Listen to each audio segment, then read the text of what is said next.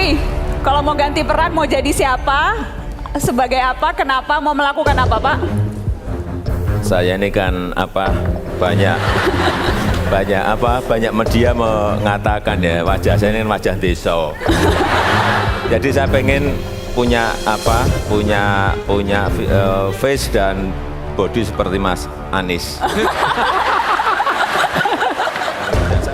Ketika kita menyaksikan Partai Nasdem mengundang, sudah saatnya wes wayahe melu politik, wes wayahe ojo ngadohi politik, wes wayahe terlibat langsung. Kalau orang Jawa bilang begitu, wes wayahe, it's time. Kalau Anies Baswedan misalnya calon presiden ini dan orang di luar pemerintahan, saya berpikir apanya orang di luar pemerintahan? Baru kemarin dia presiden dari PKS. Jadi waktu dicalonkan oleh Nasdem sebagai gubernur berapa? Ada yang sisi pemerintah ada pemerintah pusat, ada pemerintah daerah. Berarti dia orang dalam pemerintahan. Itu pemahaman. Kita cek lagi apa latar belakangnya. Jangan-jangan ada nggak masalah utama. Kalau kita beri kesempatan dia menjadi pemimpin negeri, kita coba cek. Kita coba berikhtiar, kita lakukan pengecekan. Apa dia menjadi alat negara asing? Nggak ada juga dalam pemahaman kita. Jadi apa yang salah? Nggak ada yang salah, cuma nggak disukain aja. Saya mau berharap dan berdoa, ya Allah, berikanlah sebuah kekuatan supaya sama pencipta kita. Proses saya kali ini juga tidak salah. Saya melihat bangsa ini lebih baik, lebih maju. Soal menang, kalah, sampai pastikan dia kalah, terus sebaliknya dia pastikan dia menang. Pertandingan belum dimulai. Memang kewajiban Nasdem mencalonkan Anies Baswedan, kemudian tidak memberikan gambaran pikiran-pikiran kenapa mencalonkan Anies Baswedan. Kondisi DKI Jakarta ketika dipimpin oleh seorang Anies Baswedan itu membuktikan bahwa demokrasi kompatibel dengan peningkatan pembangunan manusia dan kesejahteraan rakyat. Saya melihat bahwa Anies Baswedan seperti dia sudah diberikan di berbagai kesempatan itu adalah satu figur yang memahami dunia internasional. Mengapa saya dan Pak Smith ini menulis buku tentang Anies Baswedan, gagasan, narasi, dan karya? Kita membutuhkan suatu pemimpin yang bisa berkontribusi kepada kepentingan nasional dengan memudahkan kebijakan luar negeri. Ini yang visioner, gagasannya besar, kemudian mampu menerjemahkan visi atau gagasan besar itu ke dalam pilihan kebijakan, dan mampu menggerakkan segala sumber daya baik di pemerintah maupun non pemerintah untuk mengeksekusi kebijakan atau program itu. Nah, kita tidak memanfaatkan satu hubungan internasional dengan melibatkan berbagai disiplin termasuk dalam masalah bidang anak-anak, sehingga hubungan kita luar negeri itu Dan timbunan masalah dan tantangan ini yang bersifat multidimensional tentu akan menjadi fondasi untuk tantangan kita ke depan. Dan kita perlu melakukan analisis secara kritis, secara objektif, tidak dimaksudkan untuk memojokkan pihak-pihak tertentu. jangan bicara seperti Jokowi. Kita orang luar negeri bilang, come to my country, please invest in my country. Itu bukan diplomasi. Atau mau datang ke Saudi, tolong kain dia nggak ngerti hubungan internasional. Mas Anies ini mengutamakan isi daripada kemasan. Beliau juga konsisten dengan ucapan dan juga memenuhi janji-janji politik. Pemimpin atau tipe pemimpin ini memiliki keberanian politik untuk berhadapan dengan anasir-anasir jahat di dalam ekonomi politik kita. Boleh dikatakan hampir secara sempurna memenuhi kriteria kepemimpinan model otentik kita.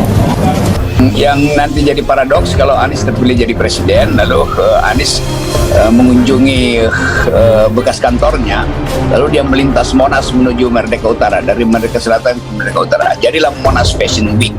di mana Anies walking di situ, catwalking di situ. Nah ini soal-soal yang rada konyol kalau kan kita tahu permainan untuk menyingkirkan Anies.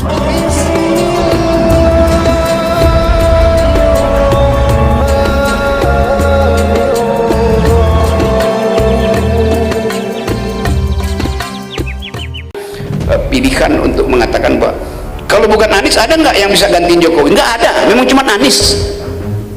Coba taruh di depan kita siapa calon presiden yang setanding Anies Baswedan? Nggak ada kan? Justru karena nggak ada, jangan tambahkan sesuatu yang memungkinkan dia dijebak di dalam permainan yang tidak pernah kita bayangkan. Bahwa jebakan itu ada di mana-mana. Kalau saya Presiden Jokowi, saya akan bilang Anies unstoppable, tidak bisa dihentikan lagi. Oke, saya Presiden Jokowi mendukung Anies Baswedan jadi presiden. Pada saat yang sama, saya sebagai Presiden Jokowi bikin hutang. Penggemar dari Abang Rocky Gerung, saya bilang Abang karena beliau masih nikmat dengan bersolok karir, jadi saya panggil Abang. Bang, maaf. Solo karir.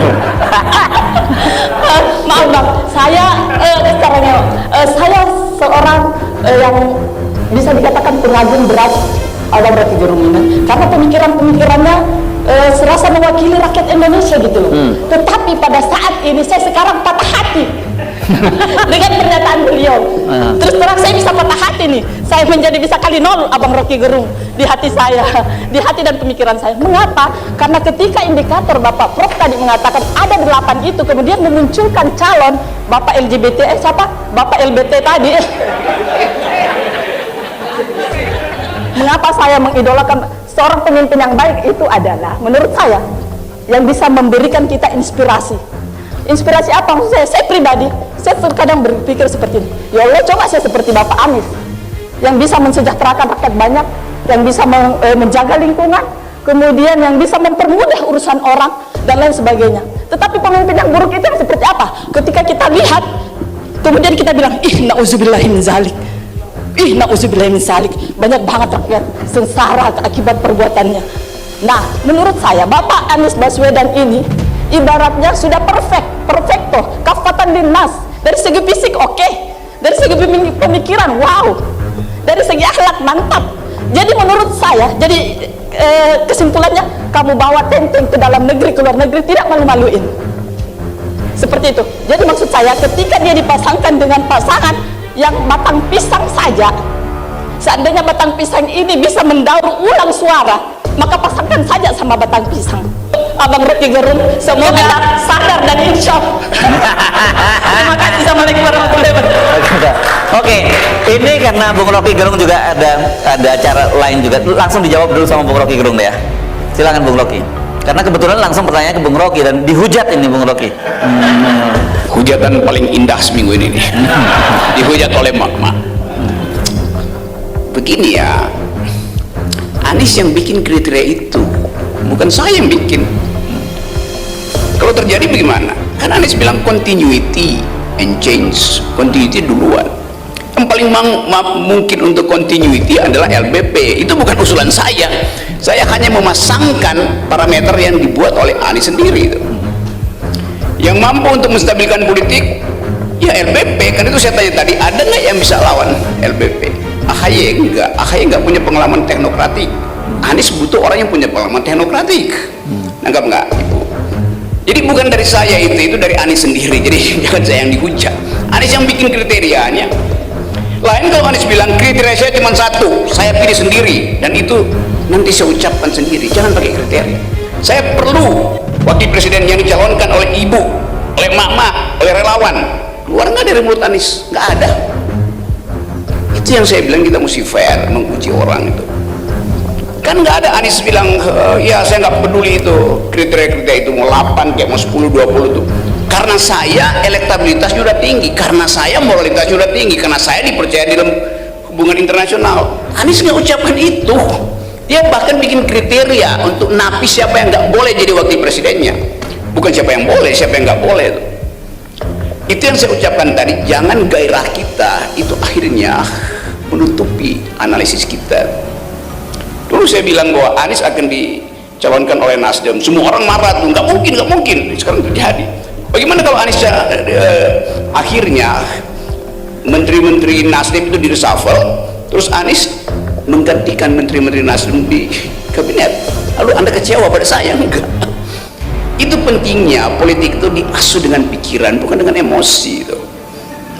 Jadi kalau mau diterangkan, saya dekat sekali dengan Anies, saya terangkan hal yang sama. Jadi Anies tahu keterangan saya. Jadi sekali lagi, bukan saya yang ngurusin LBP ya, kriteria yang dipasang itu memungkinkan orang menafsirkan bahwa harus ada unsur dari dalam kekuasaan untuk mendampingi Anies. Saya setuju nggak? Enggak. Dari awal saya bilang bahkan Anies bukan pengganti Jokowi, dia bukan penerus Jokowi, dia adalah orang yang berbeda tuh. LBP berbeda apa enggak? Enggak berbeda. Tetapi Anies kasih kriteria itu, punya pengalaman teknokratik, punya pengalaman memimpin negara. Siapa? Coba. Jadi saya mau himbau teman-teman relawan itu, akalnya mesti bersih tuh melihat persoalan itu soalnya. Dalam politik kita butuh kecerdasan itu. Jadi kalau dikatakan bahwa saya mengusulkan LBP, bukan, saya mempersoalkan kriteria yang dibuat oleh Anies sehingga Anies terjebak sendiri pada kesulitan itu. Sekaligus saya mau terangkan bahwa Anies dideklarasikan pertama oleh Firly Bahuri, oleh KPK yang deklarasikan Anies jadi presiden. Lalu Anda tanya, kok KPK? Memang karena KPK lah yang mengucapkan Anies berkali-kali sehingga orang merasa oke, kalau begitu Anies kita jadi presiden aja daripada dijebak oleh KPK. Jadi berpikir itu harus ada konteksnya, harus ada continuity-nya, dan harus ada counter thought di dalam pikiran kita sendiri. Kalau sejak sekarang kita memuliakan Anies, kita akan membawa Anies jadi seorang tiran kembali. Saya nggak punya pilihan untuk mengatakan bahwa kalau bukan Anies ada nggak yang bisa gantiin Jokowi? Nggak ada, memang cuma Anies. Coba taruh di depan kita, siapa calon presiden yang setanding Anies Baswedan? Nggak ada kan? Justru karena nggak ada, jangan tambahkan sesuatu yang memungkinkan dia dijebak di dalam permainan yang tidak pernah kita bayangkan. Bahwa jebakan itu ada di mana-mana.